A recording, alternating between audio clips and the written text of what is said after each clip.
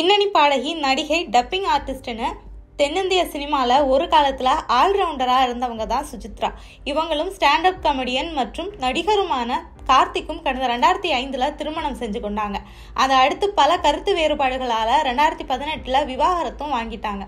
இதுக்கு முன்னாடி 2017 சுசித்ராவோட ட்விட்டர் தளத்தில் சுச்சி லீக்ஸ்ங்கிற பேரில் பிரபலங்கள் சிலரோட அந்தரங்க புகைப்படங்கள் வெளியாகி பரபரப்பை ஏற்படுத்துச்சு.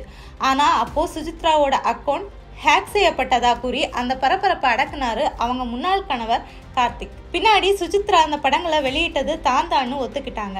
இந்த நிலையில தான் சுமார் 6 வருடங்களுக்கு பிறகு இந்த விவகாரம் திரும்பவும் பூதாகரமா வெடிச்சிருக்கு.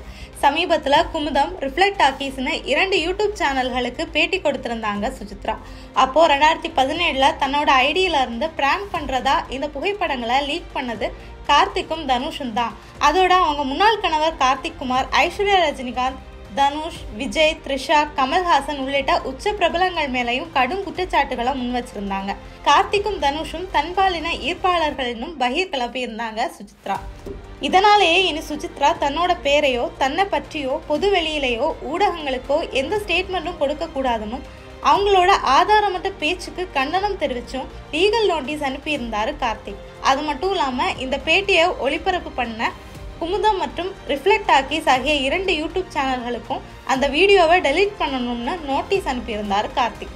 கூடவே சுசித்ரா தன் மீது வைத்த குற்றச்சாட்டுகளுக்கு எதிராக 1 கோடி ரூபாய் மான நஷ்டம் கோரி சென்னை உயர்நீதிமன்றத்துல வழக்கு தொடுத்திருந்தாரு கார்த்திக். இந்த நிலையில இன்னைக்கு விசாரணைக்கு வந்த இந்த வழக்குல நடிகர் கார்த்திக் குமார் கொடுத்த கருத்துக்களை பேச சுசித்ராவுக்கு இடைக்கால தடை விதிச்சிருக்கு உயர்நீதிமன்றம்.